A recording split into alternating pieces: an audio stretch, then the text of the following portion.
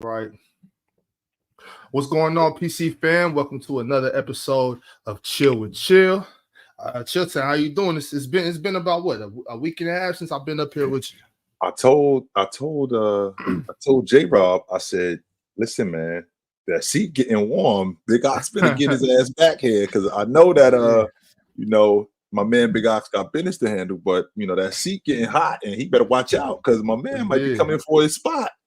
Yeah, I know. J Rob handle business, so I had to tag my brother J Rob in. It's that's like when you got that point guard that when you go off and you got another point guard, kind of like what Tyus Jones was.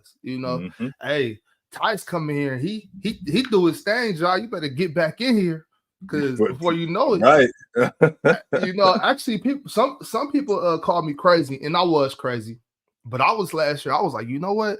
They might be able to trade Ja and get a superstar wing and be okay because they got Tyus Jones. I was tripping, but I thought about it for a second or two.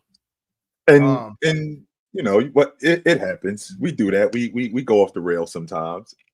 Yeah, we'll see you do. Appreciate you though, J Rob. Good looking, brother. My man. Oh, shout out to Zen Master for gifting 10 Players Choice memberships. Good looking, Zen. So chill. Let's get straight to the nitty gritty because there's been a lot of buzz around social media, been a lot of buzz around just sports in general, First Take, all the shows, all the shows, Around the Horn, whatever. Shaquille O'Neal said, what did he say? I don't want to misquote him. So did he say that Steph is top 5 or we need to start talking about him as top 5 or what was it exactly? So after the game last night with his performance, Shaq saw the game and Shaq thought that he didn't say that Steph Curry is top 5. He never said that. That's not what he said. He said that Steph is his favorite player. However, what he did say was, is it time to start having a GOAT conversation? Do we need to start talking about Steph Curry like we do Jordan, like we do Jabbar? Does he need to be in that conversation? And quite frankly, no, he doesn't. No, absolutely no. He does not need to be in that conversation. Does that mean that Steph Curry is whack? No, I don't think Steph Curry is whack. I think Steph Curry is phenomenal. There's a bunch of people who have Steph Curry in the top 10. I don't have him in the top 10. I got him right outside the top 10. I got him at number 12 all time. But that's largely due to the fact that what the criteria is for being an all-time great. And not just being an all-time great, sustaining being an all-time great. So, number one, when you are an all-time great like that, and we're talking about you like the best to ever do it, not one of the best to ever do it in the top 30 or something like that. We're talking about the top 5, top 10 guys, the best to ever do it. The criteria, number one, is your game timeless? Well, of course, Steph Curry's game is timeless, 100%. He's absolutely fantastic. He would go back to if Steph was in the 60s or Steph was in the 70s or in the 80s or 90s, Steph would be just fine. I think that he may get roughed up a little bit, but I think he would be just fine. So he checks that box. Number two, did you dominate? I mean, that's where it gets tricky. And the reason why that's where it gets tricky is because Steph is going into year 10 of quote unquote domination. Now, is Steph still elite? Yes, he is still elite. Are we still talking about Has Steph? It been 10 years? No, it's been actually longer than that. Well, he's been in the league since 2009. But in terms of dominating though. Right. That's what I'm talking about. Because when you think about a guy in Steph Curry, I'm thinking 2014, probably 2014 was when he became elite. Right? About 2014 when he became elite. So during that time, from that time to probably now, I mean, Steph Curry's been a top 5 player. So the difference is guys like Jordan. So my top 10, for example, James, Jordan, Jabbar, Chamberlain, Russell, Magic, Bird, Duncan, Olajuwon, Diesel. All of those guys, right from the beginning, when they walked in the door, they were that guy, right from the beginning. And they stayed that. There was no grace period. The minute James walked in the door, he was that dude. The minute Jordan walked through the door. He was that guy. The minute Jabbar, Chamberlain, Russell, the minute these guys walked in the door, they were that, and they stayed that. And they stayed that the entire time that they were around. So a guy like Steph Curry, for as awesome as he is, and I repeat, I will not discount what Steph Curry is.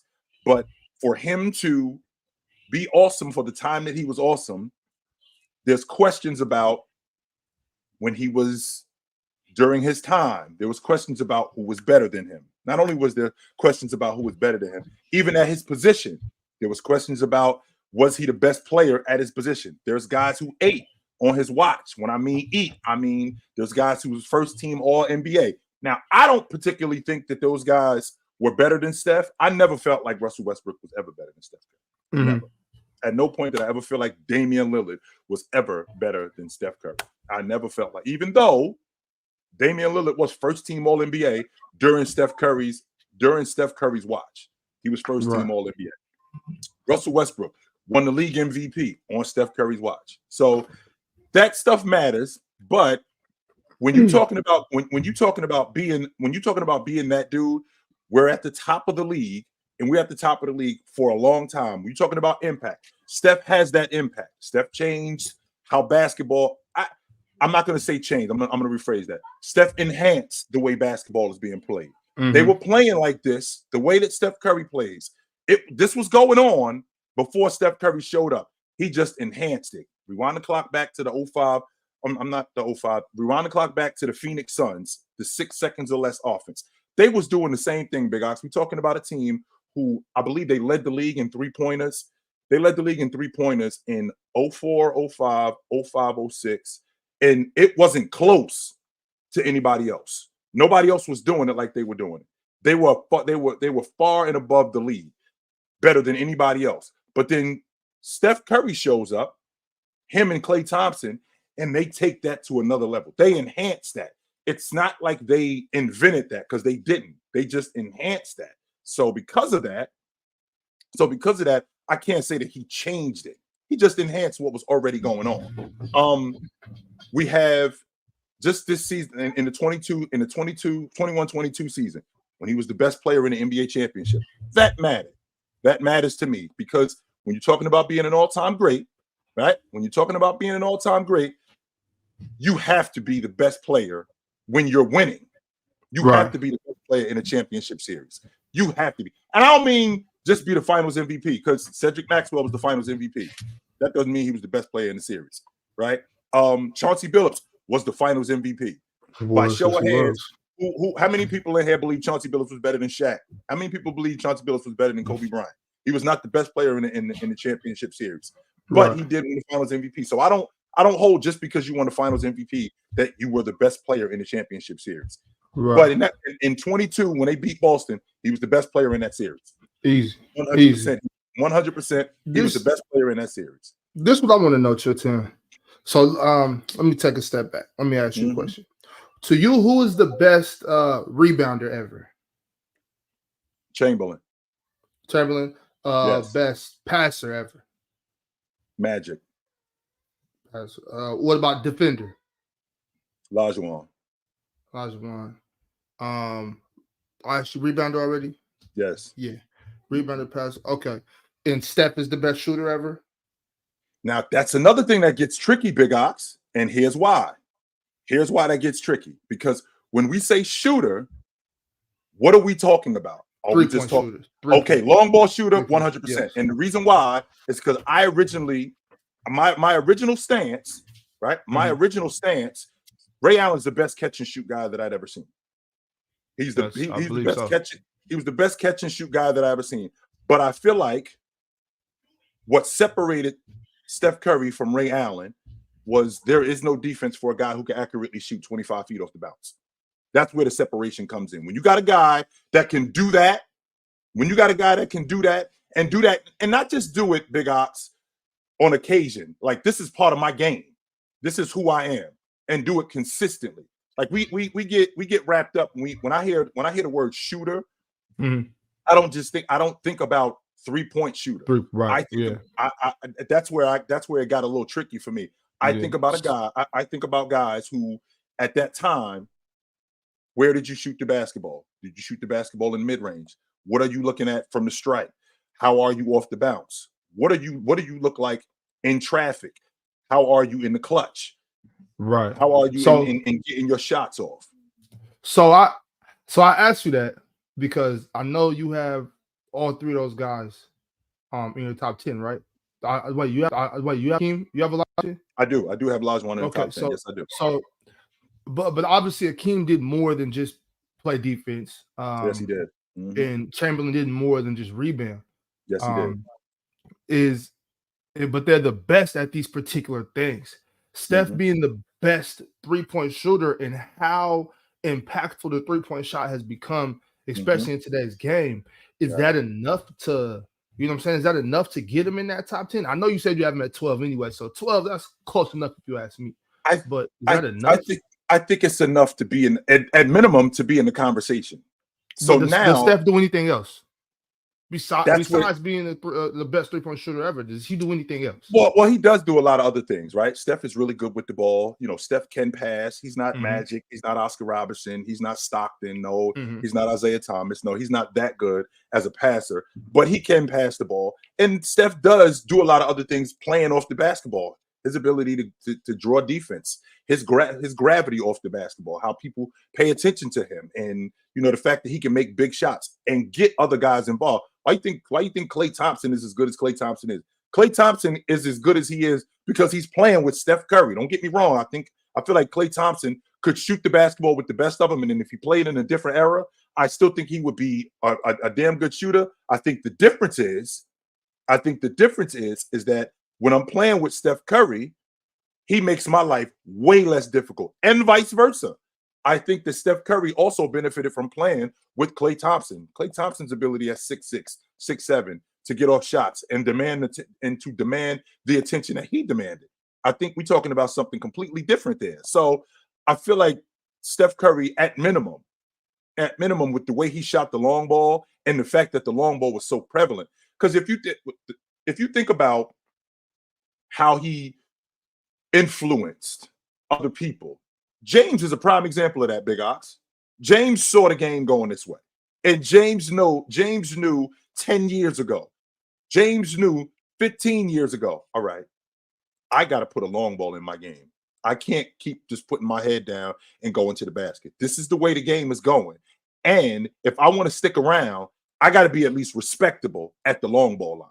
I have to be at least respectable. Otherwise, I'm not going to be able to stick around. I can't just keep putting my head down and just going to the basket. Even DeMar DeRozan, who was a mid-range merchant, is what y'all call him. He lives in the mid-range. He even put a long ball in his game because this is the way the game was going. And because this is the way the game was going, you influence other people. You influence other people to now adopt that kind of philosophy. Add that to the fact, Big Ox, that they won. See, this wouldn't be a big deal if they didn't win. Right? If they didn't win, then it would just be, Steph was really good. Kind of like what was going on with Steve Nash. Like, how are we talking about that 8 seconds or less offense if they ended up winning an NBA championship? Right. I mean, I think that's something completely different. That's a totally different conversation that we're having now if they ended up winning it. But to say that Steph is in the conversation, top 5 all time, when I think about what James did in terms of the game, still 21 years later, still at the top of the game. When I think about Jordan revolutionizing the 2-guard spot, when I think about Jabbar, them changing the rules, outlawing dunking, and Jabbar averaging 30 and 15 for 8 straight years, and the fact that they didn't count block shots for both Russell and Chamberlain their entire career, and in Jabbar's first 4 years of his career, they didn't count shot blocking. And Big Ox, just so you know, when he retired, he still was the all-time shot block leader when he retired, even after that happened. Chamberlain, they actually all the rules that you see today, all of that stuff is because of Chamberlain and how much he influenced the game. And they made those rules to hamper Chamberlain. They didn't make those rules to help Chamberlain. Now they made them to hamper him. And in same logic, and Bill Russell, a lot of people talk about Bill Russell. He only averaged 15 a game. You think Bill Russell only averaged 15 a game for 12 years. Not you completely leaving out what he did when he was awesome. I mean, Bill Russell got 4 years where he averaged 20 and 20 in the playoffs. Chamberlain, the only other dude in NBA history can say that they did that. Olajuwon can't say that. Shaq can't say that.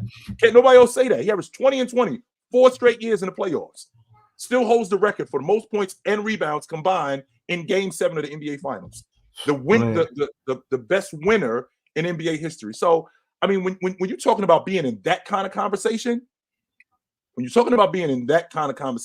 you have to do stuff like that. And I don't think Curry has done that. Okay, so that's fair.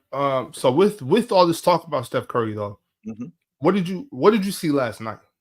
What I saw last night, Big Ox, was a dude looking at another dude going, I'm not losing to you. I'm not losing to you. I'll lose to him, Leonard. I'll lose to James. I'll lose to any of these other dudes. I'm not losing to you. I just can't see myself losing to you. I'm just not. Like I'm not losing to you. And I thought that the Golden State Warriors did a good job in protecting Steph Curry last night. He ended up picking up his 5th foul in the middle of the third quarter. Big Ox, he played the entire fourth and the overtime. And that's ridiculous. I felt like coaching. I'm thinking to myself, damn, why aren't we scheming to go after him? But then I thought about it too, in terms of players. You know, I know as a player, okay, this dude that's covering me, he got 5 fouls. Yeah, we need to go after him. We absolutely need to go after him early and often to get him off the floor. So the fact that they didn't do that, that was amazing to me. I thought the Boston Celtics stood around the long ball line. The more I watch Jason Tatum, the more he frustrates me because I see how great he can be, but then he reverts back to what he used to be. What I'm watching last night is I'm watching Jason Tatum in the 2022 NBA Finals. A dude standing around on the long ball line, a dude not really sure of himself, a guy that's not aggressive, a guy that's settling for shots, who's much better an offensive player than he's showing. Much better. And I'm looking at this guy, and I look at the rest of the crew, and every night that he steps on the floor, particularly on the perimeter, every night that he steps on the floor, that's where confidence comes in, Big Ox. Every night he steps on the floor, he should feel like, yo, I'm the baddest, I'm the baddest SOB out here. Because Jimmy Butler thinks that.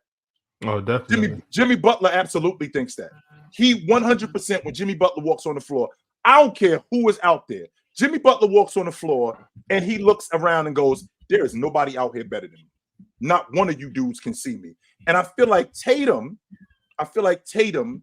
every night when he steps on the floor, why doesn't he have that kind of confidence? Why? Because the skill set is there, and he's actually shown that he could be the best player on the floor. He's done it more than once, more than twice, but then he'll revert back to taking ill-advised shots, falling in love with the long ball, instead of enhancing the other parts of his game, which he has in his game. That part I just don't understand with him. And it's a detriment to his crew because they depend on him so much. Big Ox, he's got, when we're talking about a guy in Jason Tatum, and I mentioned this earlier on the panel, we're talking about a guy in Jason Tatum who in the 2022 season, when they ended up winning, when they went to the NBA championship, he shot 55% from the field against the Western Conference. 55%. 39% from 3 against the Western Conference that year alone. With that being said, he shot 43% and 33% against the Golden State Warriors. Now the next year, the very next year, something a little bit different. 46% from the floor against the Western Conference, and I think he shot 39% again around that against the Western Conference. But we go up against the 32%. And then we go up against the Golden State Warriors, 31% from the field against them. The next year, that was last year, 31% against the Warriors, 27% on the long ball. Either he doesn't trust his game the way I think he should, or Steph Curry and that crew is in his head, and he just can't get it together. That's his kryptonite right there. That's the only way That's the only way. That's the only other logic that I can. That's the only logic that I can see. That he just doesn't think that he's got it against those guys, because it's obvious that he can perform against other Western Conference teams. Obviously, he can do it and do it at a high level. But then he'll turn around and get up against Steph Curry, which you look at the matchup, Big Ox, he should be dominating that. Jason Tatum is every bit of 6'9", skill set like no other. Could shoot the long ball, could shoot the mid-range, finish at the rim, can defend. He is the complete package, only except he just doesn't show it. And because he doesn't show it and other guys do, we have to talk about those guys in a different way than we talk about Jason Tatum. Yeah, I can't understand it. I can't understand it. I am happy that the Warriors made it a real hard game for them last night, took it to overtime because they got a doubleheader, so hey, hopefully they're tired tonight. I'm sorry, and Ty, where they at tonight, Big Ox? Since we're we definitely in the Golden One Center, so hopefully we can take care of them because they give us more than a little trouble. So yes, they hopefully we can do that. Yes, they do. Real quick, Nick Tri-State says that Shaq basically said if you rank Steph ahead of him all time, he ain't mad at it. He said that, yeah. He said that he said that Steph is better than him. And I mean, don't get me wrong. I don't know if we take, and this is where preference comes in. I don't think Steph Curry is better than Shaq. I don't think Steph Curry had the impact that Shaq had. I don't think Steph Curry was the dominant force that Shaq was. Absolutely not. Because if he was, then he would have produced like Shaq did. So I don't think that at all. But I do think that Steph Curry was fantastic. 100% I do. Yeah, I agree. Steph is clearly fantastic. He's clearly one of the best shooters I've ever seen. I get a lot of slack because I still take Ray Allen, but I mean, Steph is what he is. Yeah. I think if I'm just meet somebody and I'm having a conversation and you tell me that Steph Curry's a better basketball player than Shaquille O'Neal, I'm in my mind, I'm gonna be like, this dude's insane. But I'm gonna, I'm gonna respect it, especially if you're younger, especially if you're younger than me, like if you're under the age of 30 and you say that, then I'll be like, okay, like that's fine. I disagree strongly, but okay, that's fine. I can accept that. If that's how you feel, that's how you feel. I won't argue that. I won't agree with it, but I won't argue it. No. I'm not going to do that with you. Nope, not going to do that with you at all, brother. Not happening. So, topic of discussion, though, Chilltown. Y'all seen the thumbnail. You see Godzilla coming through, tearing up the city in the thumbnail. I was not expecting this last night, especially after I watched the first half of the. I'm talking about the Memphis New Orleans games for anybody that doesn't know. I saw the first half. I was at the airport. I watched the first half. My flight was taking off. I had to go. My flight lands last night, and as soon as my flight lands, my phone got reception again. The Wi-Fi was tripping on the plane, so I couldn't check anything out. My phone just was ding, ding, ding, ding, ding, ding, ding, ding. Jaw's him. Jaw Wick. Jaw this. Jaw that. He's the best. He's back. I'm like, they were down like 26 when I got on the plane. Like, it's no way. I'm like, nah, come on. Like, he must have had a good game. I watched the second half highlights, and I'm just in awe, Chilltown. I couldn't believe it. What does this mean for the league? Is it vengeance time? Is he upset with something? Is he pissed right now? Does he refuse to lose? What's gonna happen? Well, remember, Big Ox. Remember, Josh said it himself. We haven't seen Ja in 8 months. We haven't seen him in 8 months. So because we haven't seen him in 8 months, there's a tendency to forget about, who this guy actually was, right? And there was no question about it when Ja was on the floor. He was a top 5 point guard in the game. That wasn't a question. And he's been gone for so long, and Memphis isn't doing very well. So immediately the logic is, Ja Morant, who? What happened to Ja Morant? I mean, who are you talking about, Ja Morant? Well, allow me to reintroduce myself because you guys clearly forgot who I was. All right, so that's fine. Allow me to reintroduce myself. Allow me to remind you of what it was and what it still is right now. So anybody that knows me and has heard any of my commentary knows that I'm a Herb Jones stan. Anybody that knows me knows how I feel about Herb Jones, and I thought that Herb Jones could at least make it difficult on Ja, but Ja looked like trying to stand in front of a bullet bike. That's what he looked like, with a bullet bike coming at you and just standing in front of it and keeping it in front of you. No, he just couldn't stand in front of him. He couldn't keep him away from the rim. He couldn't keep him out of the paint. That's largely due to Ja still being super duper athletic, right? Not just him being super duper athletic, him still having a feel for the game. Remember, Big Ox, we're not talking about a guy in Ja Morant. We're not talking about a guy in Ja Morant who's coming off injury.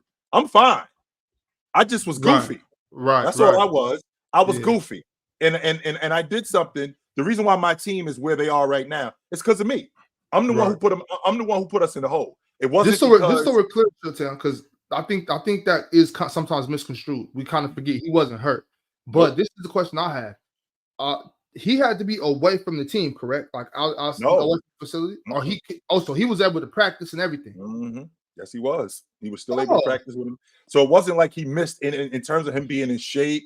It wasn't like he had to go somewhere else and get in shape. No, he was still on the crew, still practicing with them, still in shape, still getting himself acclimated to the game. It's basically like what Chet was doing last year, Big Ox. Only except he was doing it for 25 games. He was still around the crew. He was still working out with them, still getting himself together. Now, don't get me wrong. Big Ox, you could be practicing all day long, right? You could be running 5-on-5 all day long. You can't really simulate. We can simulate as much as we can an actual game, but it's not the same as when them lights turn on and the crowd, and when you actually get in the arena and you hear the people and you get that energy in you. It's not the same. So we wasn't sure. I wasn't sure what Ja was going to look like coming back after this layoff. In addition to the 25 games, right? Is in the 25 games since he's been off, plus the whole summer, plus him not playing last year in the playoffs or in the rest of the season. Since that, right? I didn't think that what I saw yesterday was possible this early. And he just looked like he didn't miss a beat. He didn't. He looked like he still was sharp. He looked like he still was on top of his game. He looked like he didn't miss any games, to be honest with you, Big Ox. He looked like the kind of player who just got right back out there, which is not normal when you're playing against pros and you haven't been out there for a while.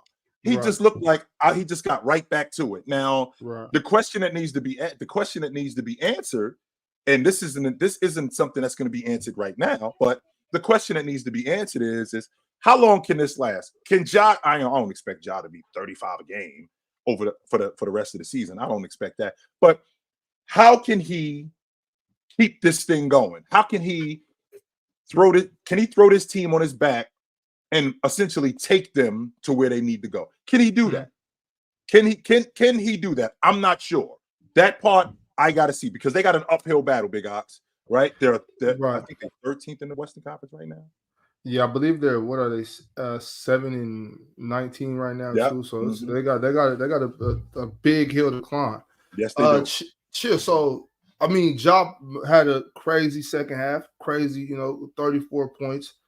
But what does this say about Zion, Brandon Ingram, CJ McCollum? What does this say about them? How do these three let a team like Memphis, who is shorthanded without Steven Adams and Brandon Clark, and Marcus Smart, how do you let a team like that, Ja being however good Ja is, how do you let the team come back from 20 plus?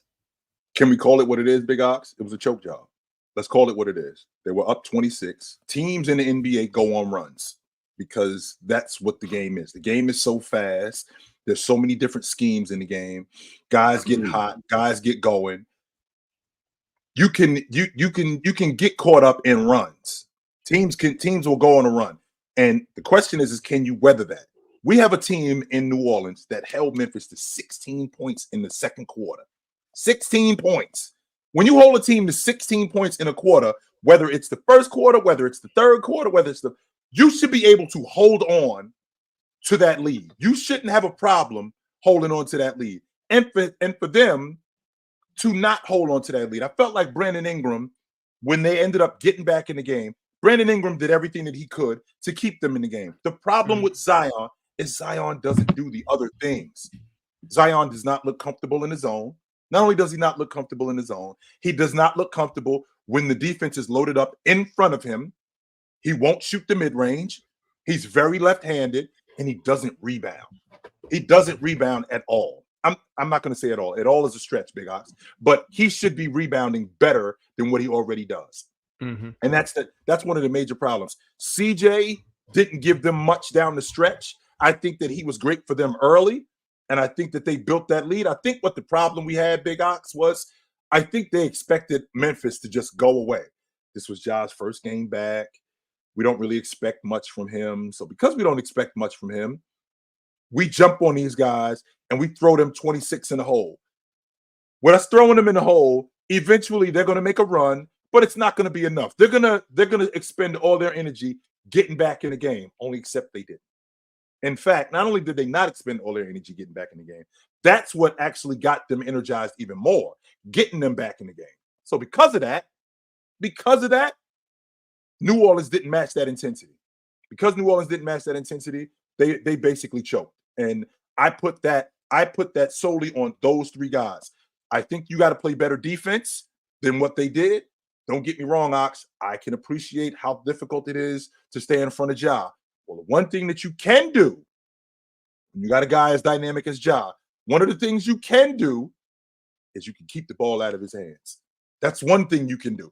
Once he gets off the basketball, how about not letting him get it back? Let's keep the ball away from him, right? Mm-hmm. Let's keep the ball away from him, and let's make somebody else do it. That's not to say that Ja is not fantastic when he gets the ball, because we already know what he is, Big Ox. We already know what he is going downhill. We already know what he is in the mid post when he gets in the lane in areas like that, and him being at the rim. Super duper freak athlete. We already know what that is. The question is can we keep the ball out of his hands? If we can keep the ball out of his hands, then we got a better shot. Then we got a better shot at slowing them down. Yeah, that's a fact. That's some way the best. That's a lot of times the best way to guard guys like that. Let me see. We got a couple fellas in the back. Let's see. Let's go. We got a SMT. What up? What up, Box? What up, Chill? What up? Hey, I wanted to comment on the Ja Morant game from last night. That's your topic. So the way I look at Ja Morant's performance, so like he's super athletic, like otherworldly. The dude's just incredible, getting to the rim, finding ways to score. His presence in the game activated his teammates, got the crowd electric. You know, you could tell that he was making his teammates better. Mm-hmm. Like him just being on the floor. So I'm like you, Chill. I can't overreact to one game. He didn't show me new wrinkles that are to be feared, like a new part of his arsenal of skills. He did what he typically does, which is incredible. But I'm not saying, oh, wow, his jump shot was falling. He's been working on this. And then I have to see if he can continue to shoot that well. We can't see that in one game. That's going to have to be something that we have to see consistently. His availability in the future is still something we have to wait and see. His commitment to his team, making good decisions. I don't know if he's going to continue to make mistakes and, you know, be in the league office all the time. I don't know these things. Right. So I still have to wait and see. But in terms of, you know, his finesse, his nuance, he's a great athlete. The way he could score, he just did what he normally does. I would have been more impressed if he showed us something new. I would have been more impressed, you know, if there was some wrinkle to his game that was never introduced prior. So that's what I wanted to say. But he is incredible. And I mean, just to come off the bench like that and just start scoring at will against these guys, it shows you there's a layer of separation between these guys, like him and the rest of the league. And then real quick to the Jason Tatum, not a good mid-range shooter. I don't know why people say these types of things. I mean, you watch these guys play, you know that they can play. Like this dude takes difficult shots. He's tasked with being the primary scorer. Not a good shooter. Like, who says these things? And the last thing, you know, to Ox's point, I take Ray Allen too. As much as I like Steph, I know I could trust Ray Allen when it matters. That shit's proven. You know what I mean? So He's I get it, big he'll make big shots. Yes, he will. And I've seen Matthew Dellavedova and Iman Shumpert lock up Steph. I've seen that. You know, and I have not seen many guys lock up Ray Allen. I'm just saying. Which is crazy to say something like that too. They're not gonna like that. But it's true. But I saw it. But I saw all this. What you mean? Even though it's true, because I mean, we're talking about Matt Dellavedova and Shumpert, guys like that dealing with Steph Curry. And don't get me wrong, it's hard dealing with a guy like Steph Curry. But up before 2022, when could you say that Steph Curry was the best player in the championship series? I can't say he was ever the best player in the championship series before 2022. I can't say that. He wasn't the best player in 19. He wasn't the best player in 18. He wasn't the best player in 17. He wasn't the best player in 16. He wasn't the best player in 15. So I can't say he was before 2022. I can't ever say Steph Curry was the best player in the championship series. And when we're talking about and we're talking about a guy that's being in the same conversation with the all-time greats like that, up until 2022, we have to see more than just this one time. No, maybe more than this. Maybe OG, if he was like good defensively, like you could count on him to hold it down defensively. Like, I'm not saying he has to be the best defensive point guard ever, but if he was better than average, then maybe you'd have, like, you know, how some people say he's like the greatest of all time or whatever. It's hard to put him in that conversation because he is one side of the ball, really. I mean, I never thought to myself, wow, I'm so impressed by his defense. It's average. Like he defends like the rest of the league at his position. That's it. Which I felt like he should have been better. Don't get me wrong. Not everybody is an all-league defender, right? Right. Yeah. With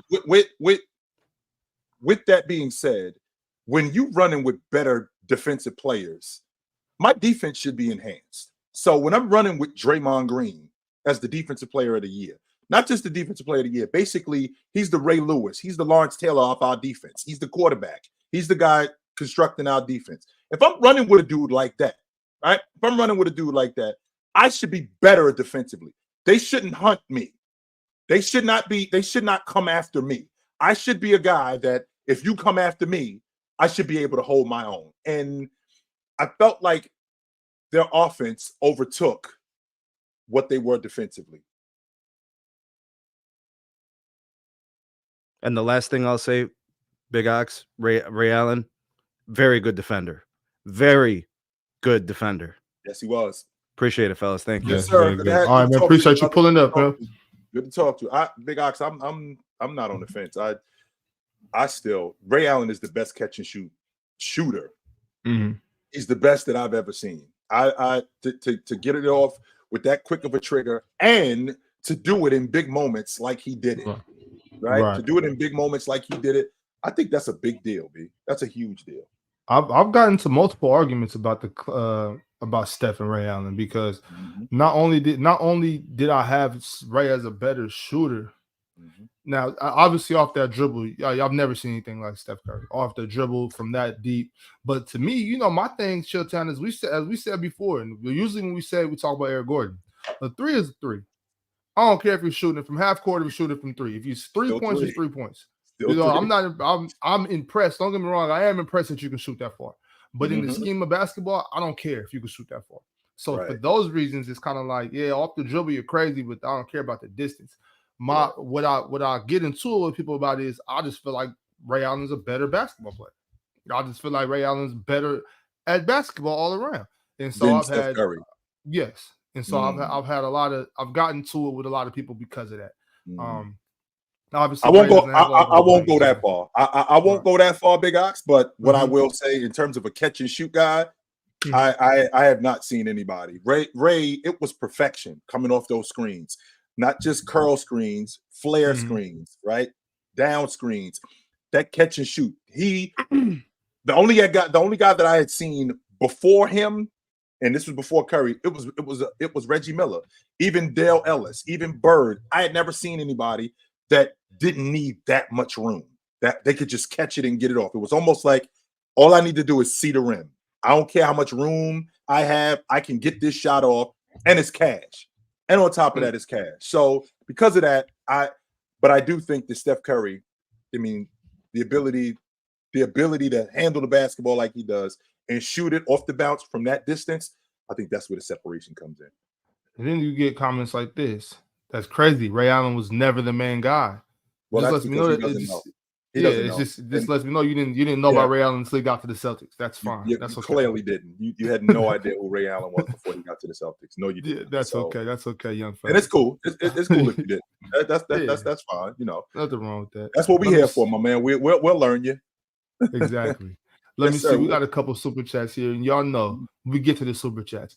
First, though, let me do real quick. Let me say, you see these QR codes in the bottom right and left hand corner.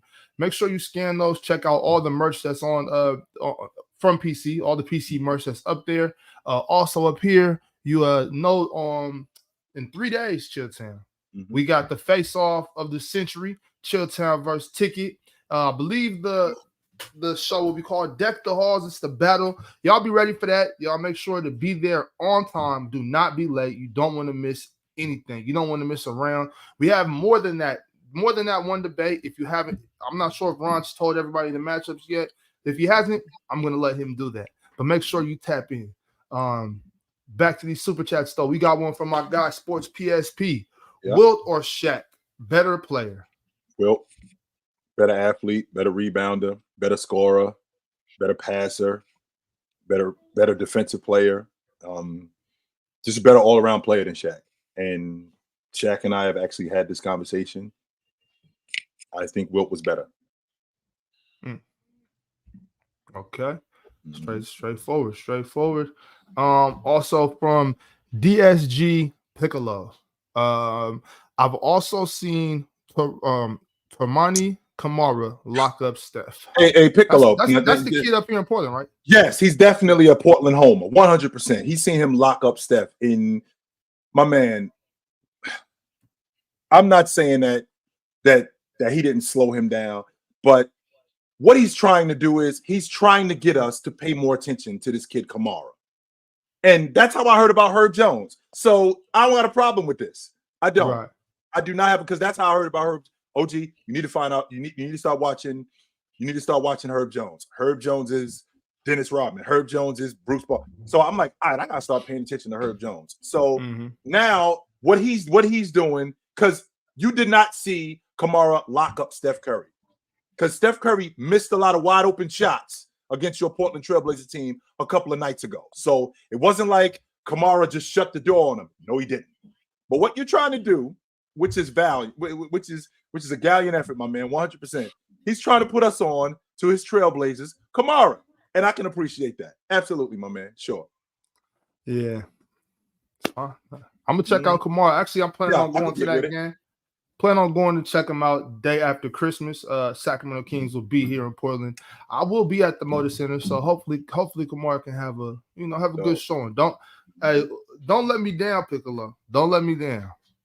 Let me see who else we got in here. Let's go. Diddy knows ball. What's up, brother? What up? Yo, what up? What's up? What up?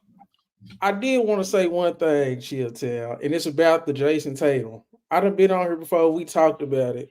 I think he needs a guard that can be that guy in crunch time, because Tatum's a two-way player, and he struggles offensively at times.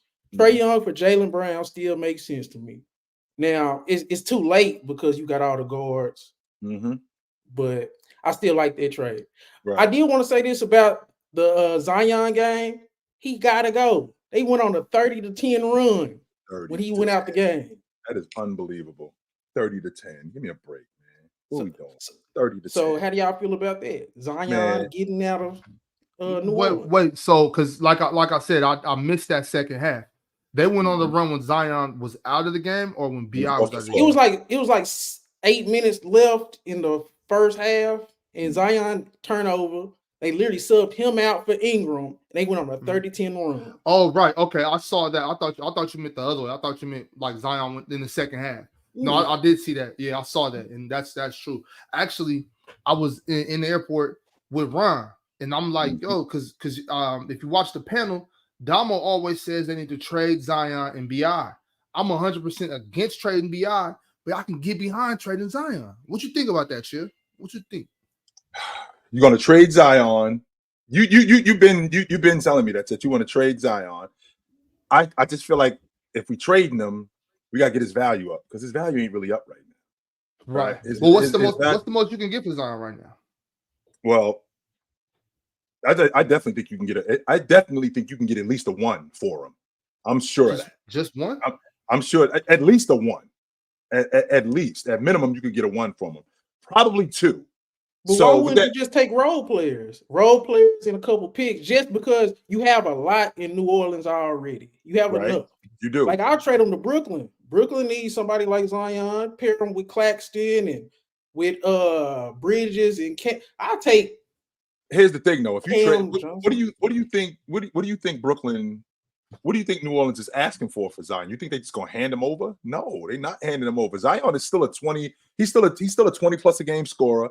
He's not the rebounder that I'd like for him to be, but Zion's still a top 20, top 25 player in the game. So if you still are that, which he is, sure he's had his issues with his health and his issues with his weight, but when he's on the floor, the majority of the time, he is effective. So if you're moving off of him, you can definitely get something of legit value. They're not handing them over for a bucket of extra crispy and a 6-pack. That's not happening. But I just don't think. I think it's chemistry. It's chemistry problems in New Orleans. They don't look like they like each other. It look like it's strictly a business relationship, and it's like you just got to cut your losses. Don't be greedy. You got a lot of young talent, and then the ages all fit. I feel like if you bring in somebody like a Cam Johnson, a couple picks, maybe Trendon Watford and Day'Ron Sharpe, now you shore up the front court.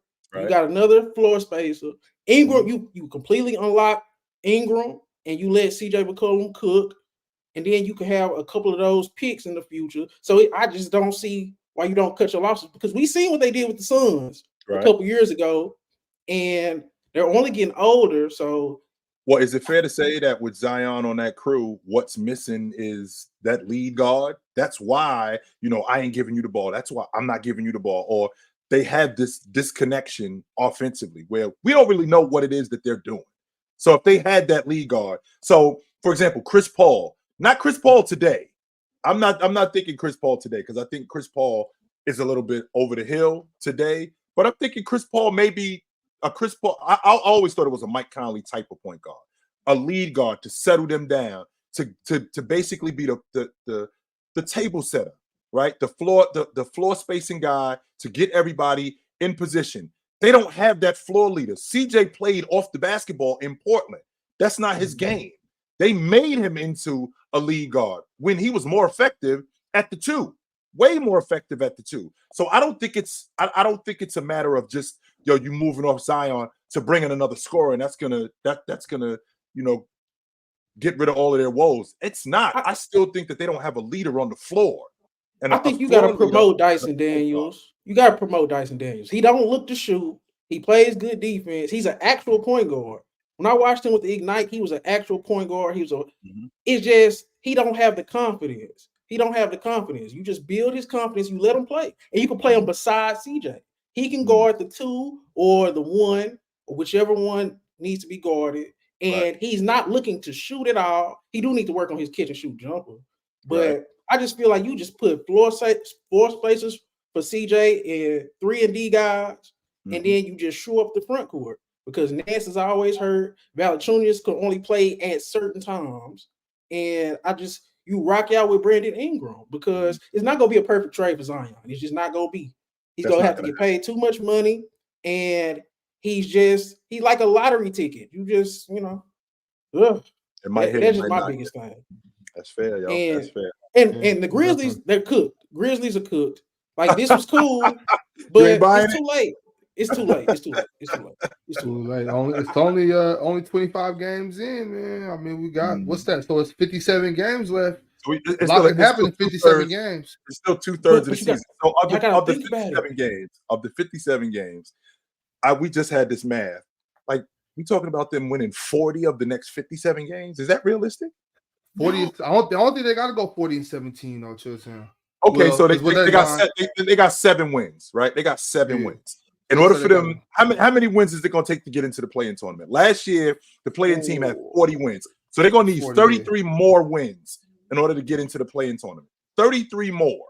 Is it realistic? Is it realistic to think that this team could win? I don't know, of the next 50 games that they got, can they win 35 of them? Is that realistic to think with this team? No, it's over with, man. The way this team is constructed right now, no dirty work guys, and Steven Adams, Brandon Clark gone, your best perimeter defender in Dylan Brooks gone. This is what you're dealing with. They got Marcus though. He's coming back. Yes, Marcus is coming back. Is it realistic to think they can go on a run?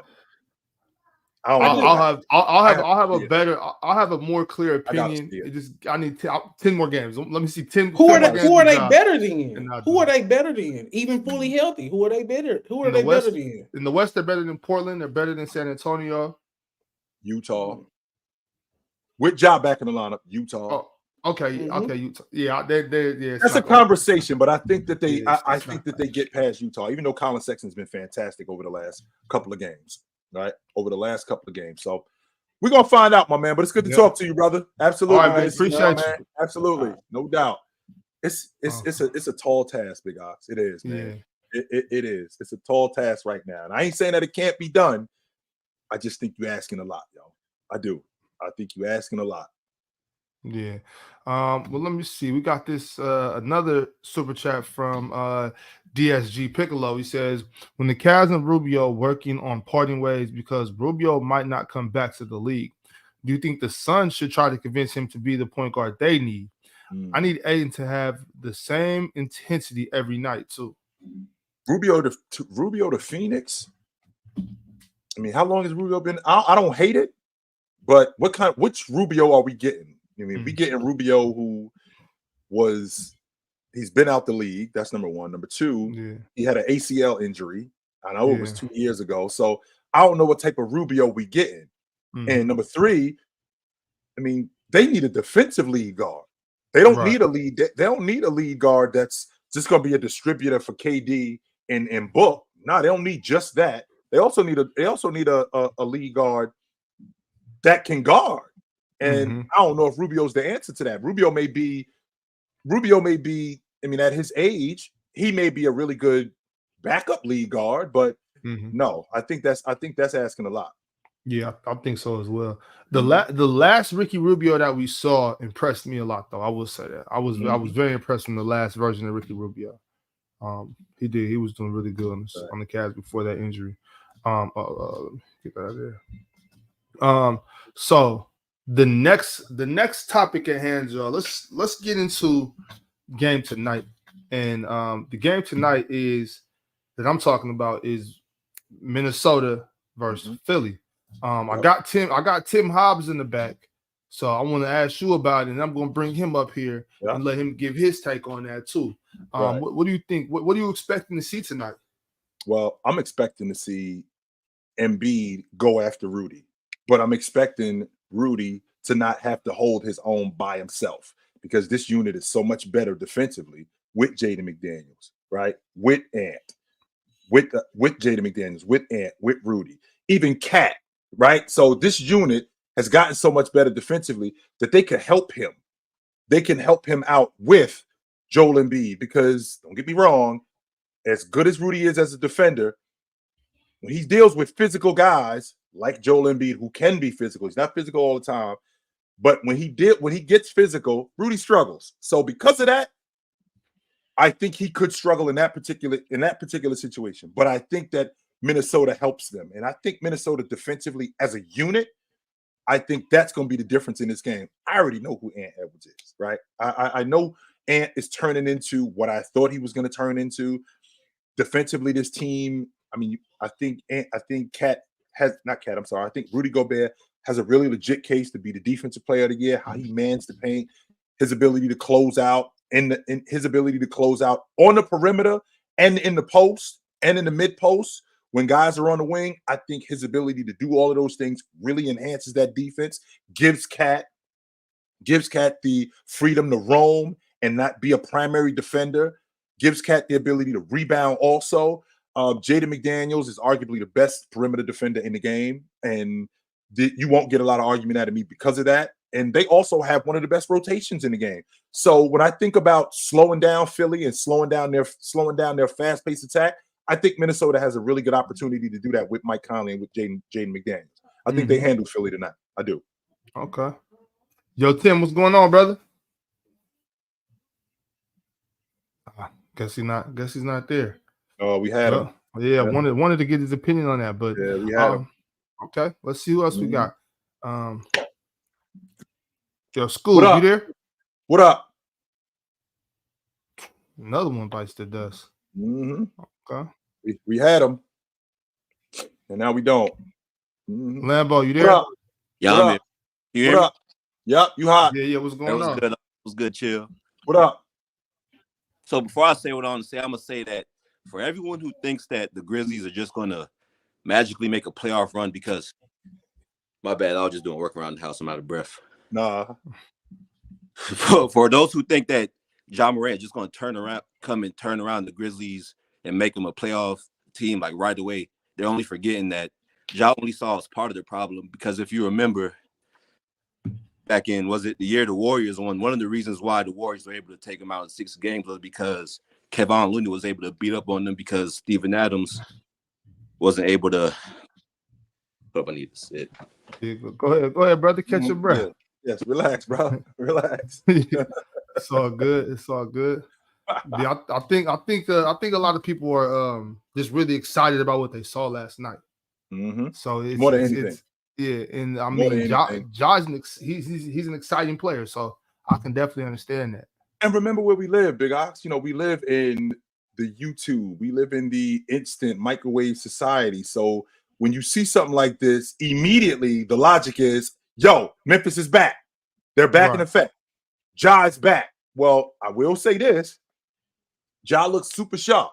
He does. He looks super sharp to begin with, 100%. And how long he's going to be able to do this, I don't know. But at minimum, I feel like he gives them the offense that they didn't have. But that doesn't solve all their problems. It doesn't.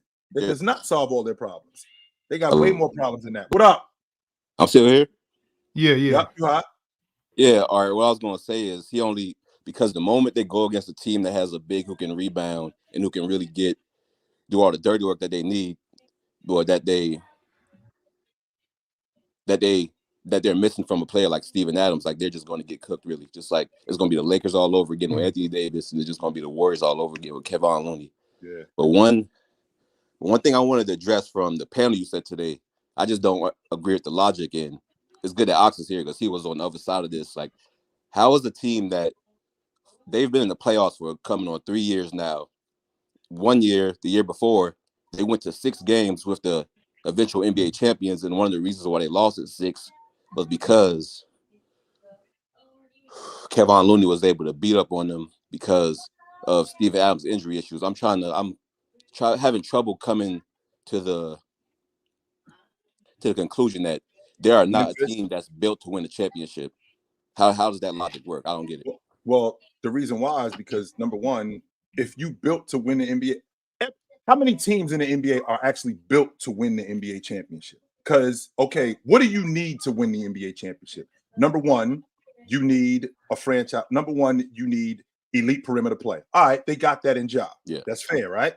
Number two, you need elite perimeter defenders. They had that with Dylan Brooks. They don't have that anymore. They got Marcus. They got Marcus Smart. Fill that role? One more time. You don't think Marcus Smart can fill that role? Marcus Smart, he's coming from a championship team. Yes, and he was a vital piece to that championship team. Yes, Why he can't is. he fill that role once he gets his time to gel with the team? Yes, he can. It's possible that it's possible that he can do that. Yes, well, the only thing I could think of is maybe you don't feel the coaching is up to par. That's the only thing I could think of. Do you feel like also you think that's it? And with the way it's not just that. It's with the way that roster is built. I mean, you got. Don't get me wrong. You have a dynamic franchise player in Ja Morant. 100% you do. And I think that he's the guy that they're looking at as their guy to take them to the championship. Now, is that realistic? I don't know, because I've seen Ja in the past break down, and I've seen them winning without him. You got a defensive big in Jaren Jackson, but the problem with Jaren Jackson, he doesn't rebound. But that's why Steven Adams. But you got Steven Adams. Yeah. He's out of the lineup. But that doesn't matter because the way that they built the unit, because that's what this is about. That's what this is about. The way they built the unit to win. So when you get this team together, when Ja's on the floor, when Steven Adams is on the floor, when Jaren Jackson is on the floor, when these guys are on the floor, are they built to win an NBA championship? Well, when they run up against teams like the Lakers, who are big on the front line, who have a dynamic wing player in LeBron James, who have a dirty work guy and a big in Anthony Davis, are they good enough to beat these guys? No, they're not. So when I think about a team winning an NBA championship, I think about the Denver Nuggets. They're built to win it. They're not missing anything. I'm not looking at the Memphis Grizzlies saying they're not missing anything. Yes, they are. They're missing a lot in order to win it. But if we're going on year 4 of this, and they have 2 back-to-back years to be in the high seed, and they're making it seem like they want to compete, then what are they doing? Are they just trying to sell tickets, or are they just waiting on the superstar to become open in the market? What are they doing at this point? Well, they are trying to build the championship team. Let's not mistake that they're not trying. I want to make sure that because you didn't do it doesn't mean you're not trying to do it. I mean, again, they got Ja. They had their defender in Dylan Brooks. You got your dirty work guy in Steven Adams. You got your rotation guy in Brandon Clark. They are trying to do that. The problem is that those guys broke down or underperformed. So this isn't enough. This team isn't built to win it. But you're trying to do it. 100% you are. And plenty of teams are trying to do it. But there aren't many teams that actually have the goods in order to win the NBA championship, where I'm looking at this team and I'm looking at this roster and I'm thinking, for example, the Minnesota Timberwolves. When I see the Minnesota Timberwolves, not just with their roster, but what they have on the floor, night in and night out, I'm like, this team is built to win the NBA championship. They are built to win it. They have everything necessary to win it. I can't say that about the Memphis Grizzlies because they don't. I don't know if I could say that about the Timberwolves yet either, though, because I think Anthony Edwards, he's approaching that franchise player level, but he's not like quite there yet. So right, I think they're approaching it just like you think the Grizzlies. I think they're close.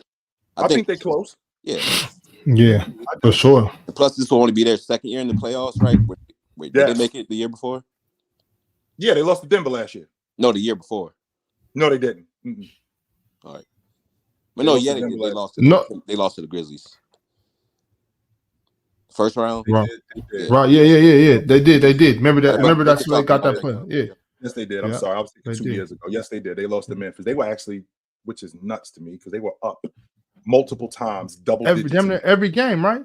There's no way that they should. It was cat. It was cat. 100% it was cat. Yes. All right, Lambo, appreciate you pulling up, though, brother. It was definitely cat. Yes. So that was. I'm glad we got to the bottom of that, Big Ox, because there's a difference between having everything and trying to build everything. Those two things are not the same. Yeah, see, and that's what I meant. I meant that they are definitely trying to go that way. I understand that they. What's Washington doing? We know Washington ain't trying. We those two things. Atlanta, come on. I don't. Atlanta is not trying. There's teams that are. Sacramento is trying to build a championship unit up there. They're trying to do that. I could get that. All right. Okay, let me see. We got a few more super chats that we'll get to real quick. Yeah. Let me see. We got one from a pimp named Slickback. He said, "Chill. What's your thoughts on the Suns? I think they messed up with the Bill trade, and the other worry is KD isn't going to play 82 games. The Nets better lock away those 27 and 29 picks."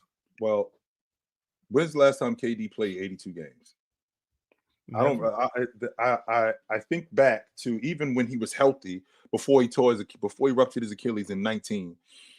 I mean, we're talking about a guy who plenty of players. We're talking about a guy. I think KD averages 47 games over the last 4 years, something like that. So because of that, I mean, we can't really rely on KD in terms of health. We can rely on him in terms of his game, even though what we saw when he was in Brooklyn when they played against Boston. And I think that might have been an outlier, but still, that's on the books, right? But with that being said, we're talking about a guy in KD who, with his health issues, we can't really rely on KD that much, right? So what's missing from the Phoenix Suns? You guys very much discount, and I don't understand why you guys do this. You guys discount when rosters get thrown together, how long it takes for this thing to come together, right? When I saw on paper, Big Ox actually convinced me of this. Chill, go look at Phoenix's roster. Go look at their rotation guys. And I went and looked at their rotation guys with Watanabe, with Eriga, with all of these guys. I went and looked at their roster, and I'm like, you know what? I don't hate it. I actually like what I'm seeing. The problem is that the roster got flipped. So now we have 7, 8 new guys, in addition to both Kevin Durant, and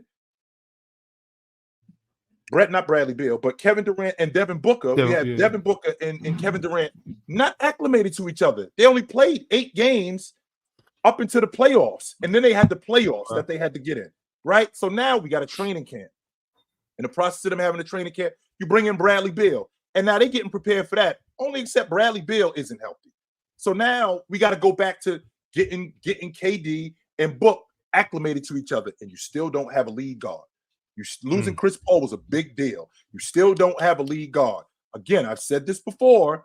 There's a difference between a guy who is a passer, Chris Paul, Trae Young, and a guy who can pass, Devin Booker.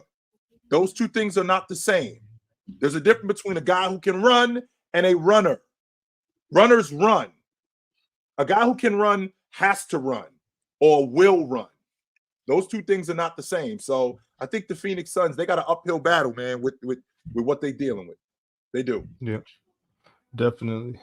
Another one from Jamal. He says, chill. Why the hell does Joel count? Continue to stay at the perimeter. I wanted to pull my hair out watching him try to take guys off the dribble. I'm a diehard Philly fan. Is it coaching or just him? Well, it's not just him, and it's not coaching. It's the game today. So Jamal, as much as I miss Olajuwon, as much as I miss Shaq, as much as I miss Jabbar, Ewing, David Robinson, Lonzo Mourning, all the big time post players, I had to accept the fact that dude is gone. And you can't play like that in today's game. You can still play with a guy who plays on the box, but you can't play like that where you're coming down every trip and you're just throwing the ball in the post. You can't play like that primarily today. Joel Embiid's game is playing from the outside in. And when he gets on the block, him being able to, the way that offense is, him being able to operate in that area. And it's much more difficult to cover space when you got a guy like Joel Embiid who's flashing to the mid post, who's flashing to the middle of the paint, or who's operating. I think he's the most effective on the right block. When a guy that's flashing on the right block and he's got guys diving he's got guys diving to the basket, and he's got action away from the basketball where he can find shooters, it's a lot less difficult when you got a guy, when the offense has changed like that, playing off of him, as opposed to coming down every trip and just dumping it into him. That's predictable. As opposed to, and also a guy in Joel Embiid who's on the wing. There's not really a lot of space that has to be covered. If you got 5 guys on the wing and nobody's moving, there's not a lot of space that has to be covered. Right. And not at all. So I don't think it's the offense. I don't think it's him. I think it's a combination of the game has changed.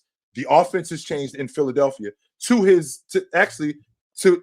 help out Joel Embiid. Because over the last Big Ox, over the last 12 games, I believe it is. Over the last 12 games, Joel Embiid is 37-12 over the last 12 games. So it's obvious that it's working. Over the last month, he'll probably be player of the month in December. So it's obvious that it's working. Yeah, I think he deserves it. It's obvious that it's working. The question with Joel Embiid is, can he hold up?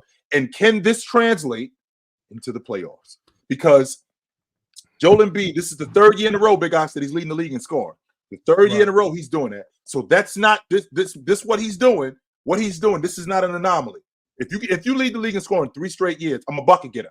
Let's knock off the nonsense. I'm a bucket getter if I can do that. So I don't think that's a question of whether or not he can score, because he clearly can. The question is big fella, can you translate this over to the postseason? Right. I'm impressed. I'm impressed with what I've been seeing. Especially this past 12 games, like you said. And you know what I thought about? We got to the end of December really quick. It's January, pretty much, you know. It's been going by pretty fast, and Joel's been kind of. It's weird because you just said those numbers, and he, like, what was it, 37-12? 37-12. And it seems like he's kind of sliding under the radar.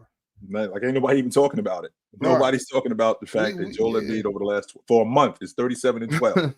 We've talked about Tyrese Halliburton more than Joel Embiid. Tyrese Halliburton, Luka, in-season tournament. Meanwhile, Joel Embiid over here like, yo, almost 40 and 15 over here.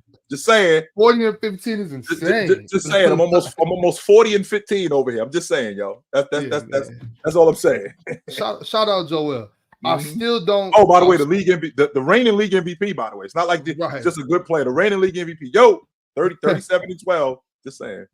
I'm still not buying any stock in the Philadelphia 76ers, but shout out to Joel Embiid. You neither.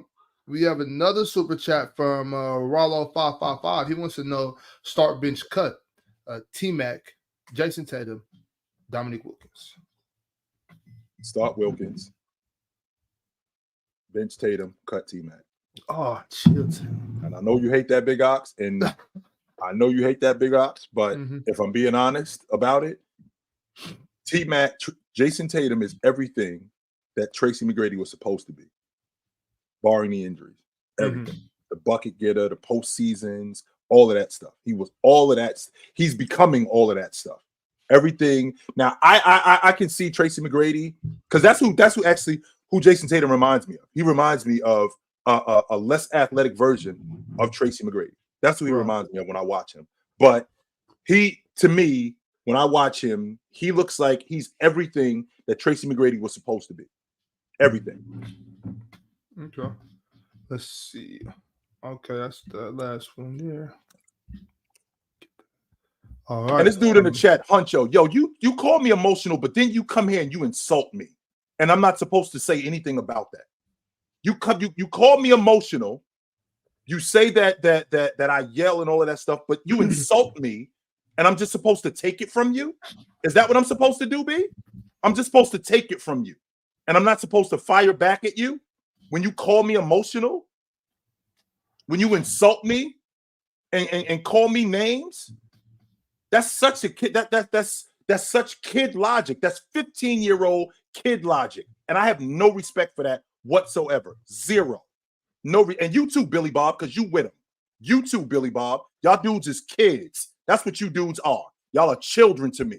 All y'all dudes do. Y'all the dudes that sit in the back of the class spitballing. That's what y'all dudes are. Rolling up papers and throwing them. That's what you dudes are. I'm good on y'all.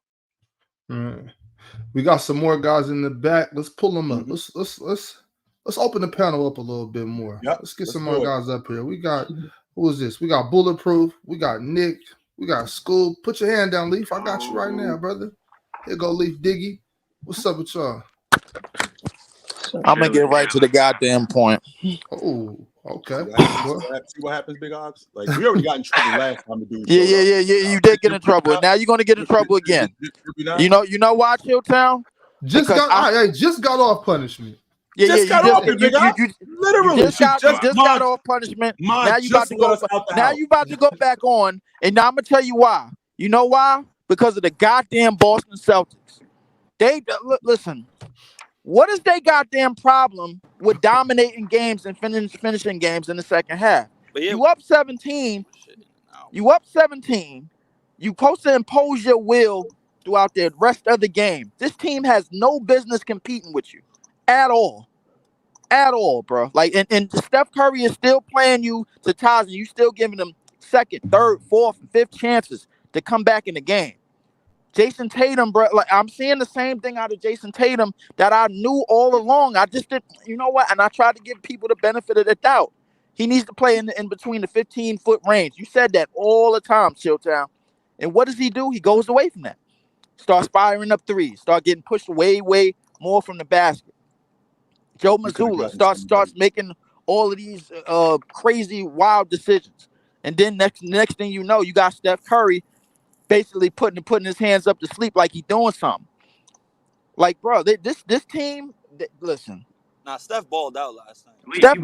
Steph did ball out last night, but the thing is, he got so many chances to ball out. The thing is, you supposed to put your foot on Steph's neck and step on his little ass. That's what you got to do. You got to get rid of Steph early.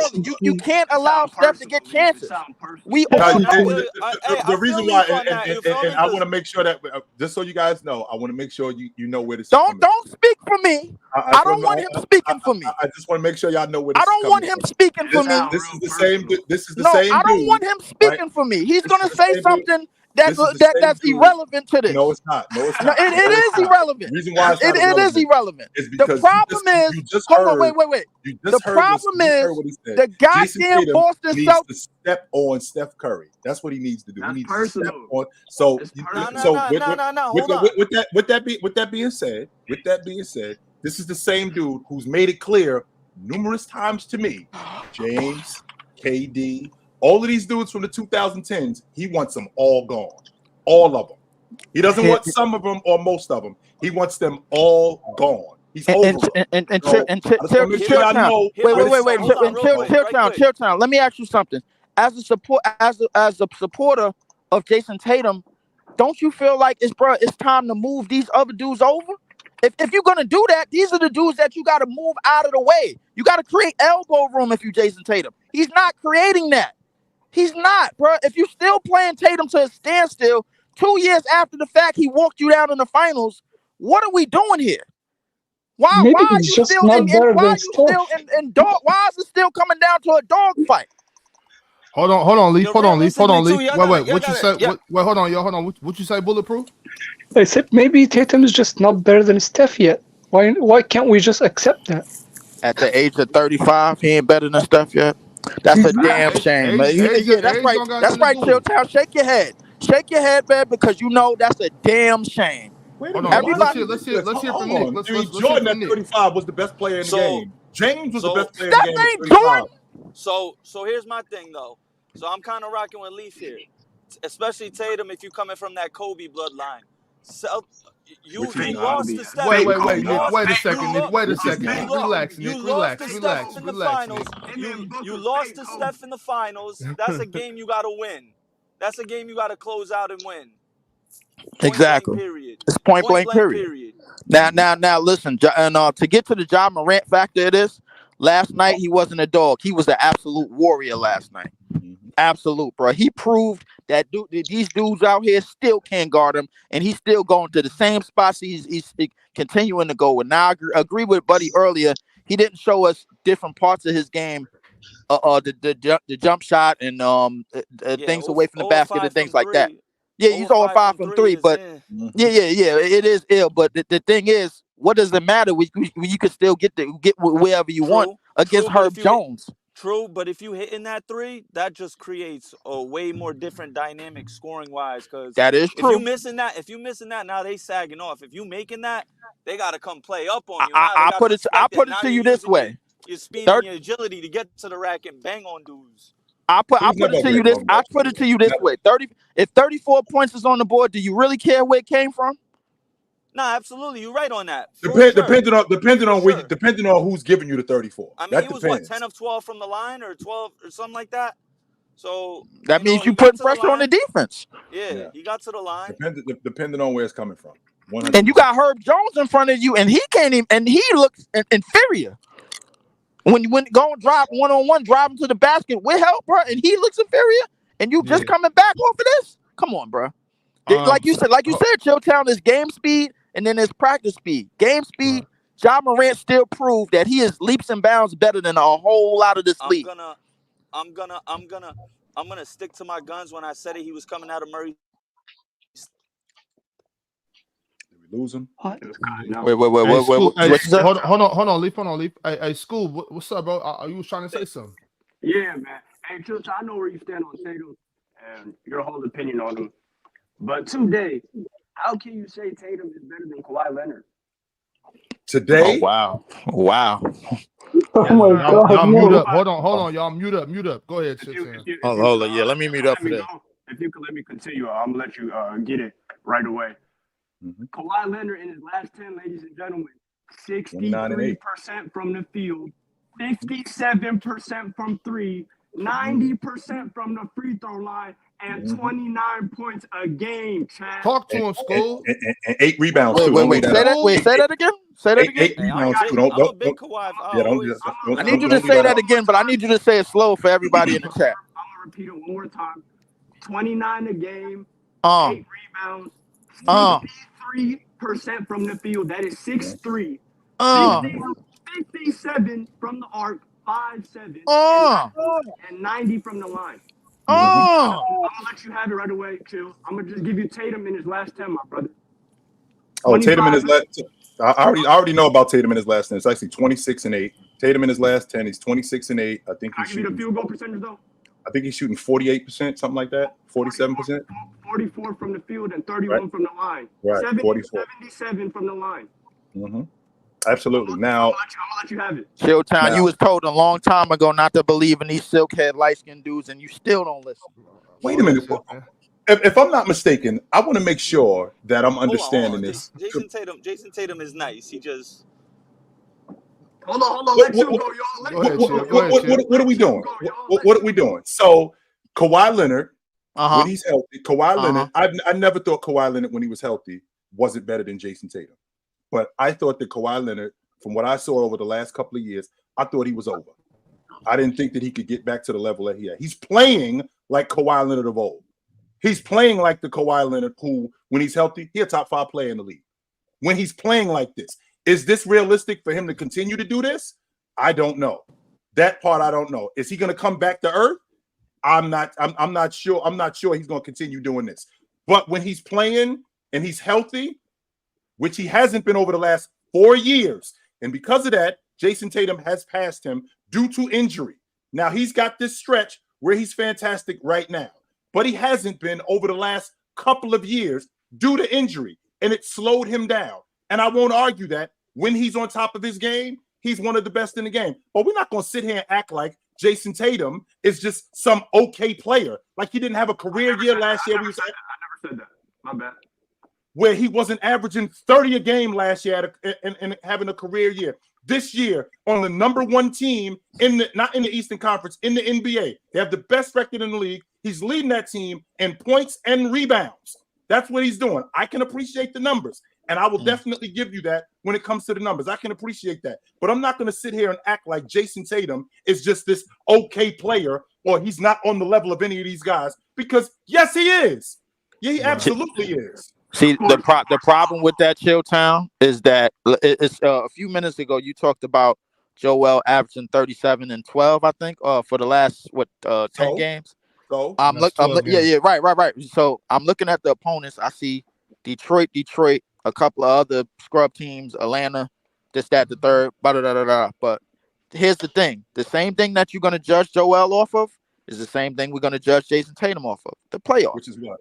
The postseason, the playoffs. But he's actually been in the postseason and he's performed in the postseason. Yes, he has. And I'm going somewhere with it. I'm going somewhere with it. Hurry up and get there, Leaf, because I got another group to pull up. How they advance and how they go further. Like Joel has a smaller sample size. The sample size for Jason Tatum is championship. The sample size for Joel is getting out of the second round. Can we all agree to that? I don't even know if it's getting out of the second round more than it is just performing and being awesome. It's really about performing. Performing. All right, but just remember, if there's one thing I hate in life. Hold on, Leaf. Let Bulletproof get this shit off, bro. Just because someone over Bulletproof, one of y'all. Go ahead. I was going to ask, because a few minutes ago you were talking about Ja Morant and maybe trading him. Why not trade Desmond Bane? I think he's stagnant with Ja Morant. I think he's not a very good fit when they are together. Maybe if they trade him, they can get like a forward, someone who can actually score in a different way, and they can be diverse enough offensively. I mean, I feel like Desmond Bane is just not the best second option to have next to Ja Morant. That's the first thing. The second thing is it just me, or this is actually going to sound outrageous, but I feel like the 11th best team in the West is better than the 4th best team in the East. God damn! Oh my God! Who's the 11th? Who's the 4th? That's the Warriors. That's the Warriors. No, wait, I'm not talking about seeding. I'm talking whoever you have as number 11 can beat whoever you have as number 4 in a 7-game. So of the teams of the 15 teams in the Western Conference, Minnesota, Oklahoma City, Denver, Sacramento, Dallas, the Clippers, New Orleans, the Lakers, Houston, Phoenix, Golden State, Utah, Memphis, Portland, San Antonio. Of those teams, As of today, Golden State is only better than 10 of them. I mean, Golden State is only better than 4 of them. That's San Antonio, Portland, Memphis. No. That's what I'm saying. I don't know who else has the Golden State Warriors. Where do you have the Golden State Warriors? Do you think they're better than the 11th best team in the NBA? No, that's not my point. My point was, regardless. No. I think regardless of the ranking, any ranking you have of these 11 teams, my opinion will be that the team you have at 11, regardless of who it is, will be better than any team not named Sixers, Celtics, or Bucks. Houston is not. No, don't entertain that, because Houston is not better than Orlando. No, they're not. No. Maybe not Houston, but Golden State. If Houston goes up against Orlando, they're not better than them. If you got them at 11, no, they're not. If you I don't know, Chill Town. I don't know, Chill. No. I think they're actually. No. Okay. They're actually close enough. Like, I think they're close enough to have an interesting series. That was. Hold on, Leaf. We got to move on. I appreciate y'all pulling up. That was that's a good one. Okay. One last question, but it's actually. Sorry, Bulletproof. We gotta go. Okay, I'll ask it in the chat. Yes, please do. Appreciate y'all. That was fire. Mm-hmm. I'm not saying they're better than them, Chilltown. I'm saying that in a series, it might not be bad to put some money on Houston. I've seen Houston do some things this season. Mm-hmm. That's all I'm saying. Let me see real quick though. We do got Maria. How you doing, Maria? Hello, dear. Good. Hello. What's up, Maria? Tim Hobbs. What up? I forgot that you was going live, and I set a reminder. I didn't get it, but anyways, I am here. I'm happy. You already know why I'm happy. I do know why you're happy. I didn't get your thoughts on Ja. So, what are your thoughts on Ja Morant's first game back?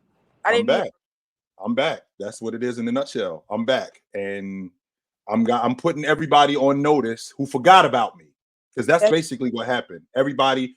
They would, and don't get me wrong, I was one of those people that I was talking about Tyrese Halliburton and all of these other guys. I was talking about a bunch of other guys, Jalen Brunson, and completely forgot. I did, to be honest with you.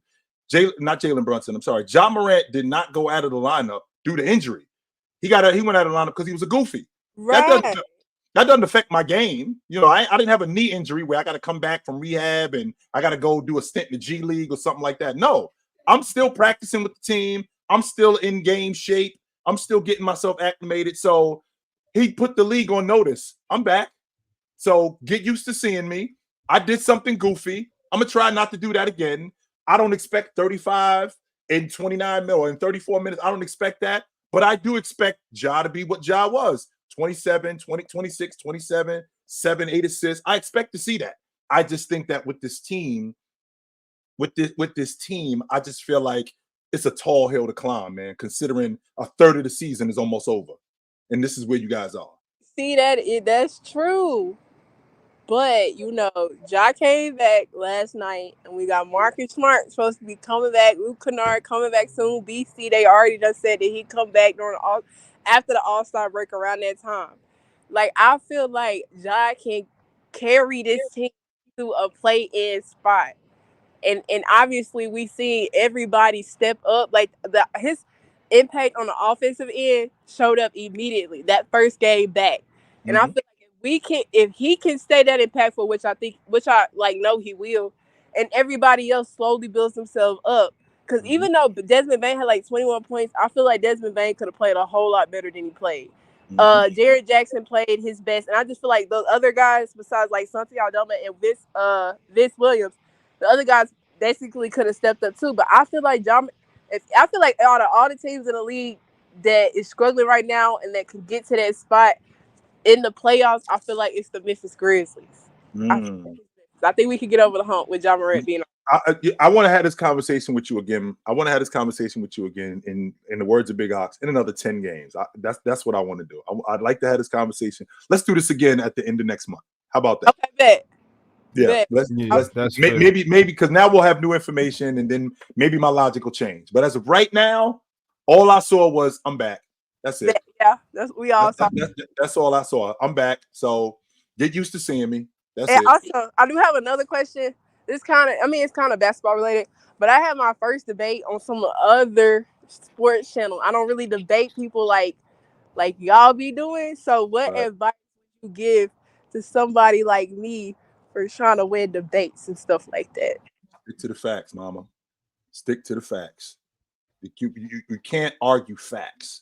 And whenever you counter, you have to counter with facts.